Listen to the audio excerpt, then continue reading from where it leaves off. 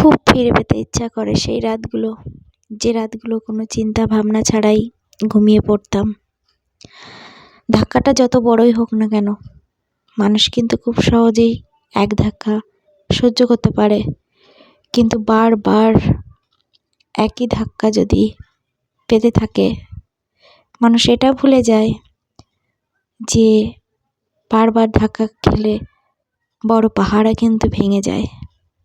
জীবনে দোষ নিতে নিতে আজকে এমন জায়গায় পৌঁছে গেছি, আর কিছু ভালো লাগে না, আর মানুষকে ভালোবাসতে ইচ্ছা করে না। এখন মানুষগুলোকে দেখলে ভীষণ ভয় লাগে যে কার সঙ্গে কীভাবে কথা বলবো, কাকে কীভাবে ভালোবাসবো।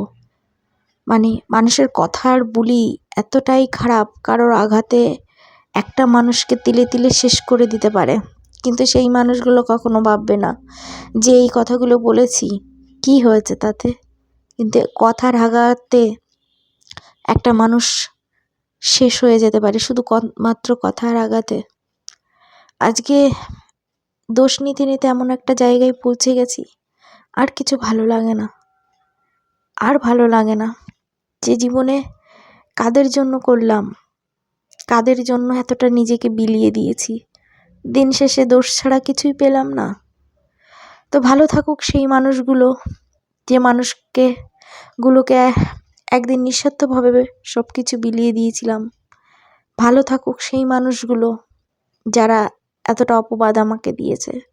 ভালো থাকুক সেই মানুষগুলো, যে মানুষগুলো একবারও একটা কথা বলতে, একটা কথার আঘাত দিতে একবারও ভেবেনি।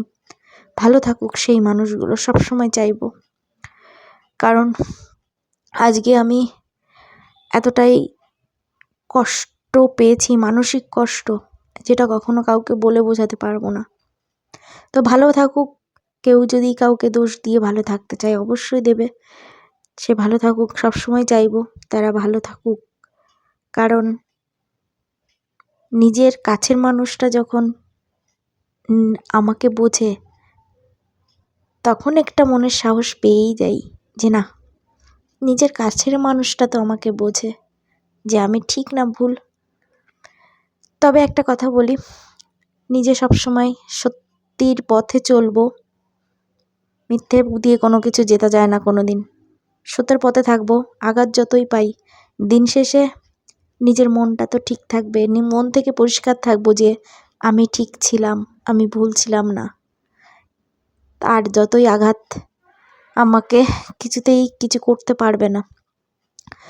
তো অনেক কিছু বললাম, সবাই ভালো থেকো, সুস্থ থেকো। কারো যদি কথাগুলো খারাপ লাগে তাদের কাছে আমি ক্ষমা প্রার্থী।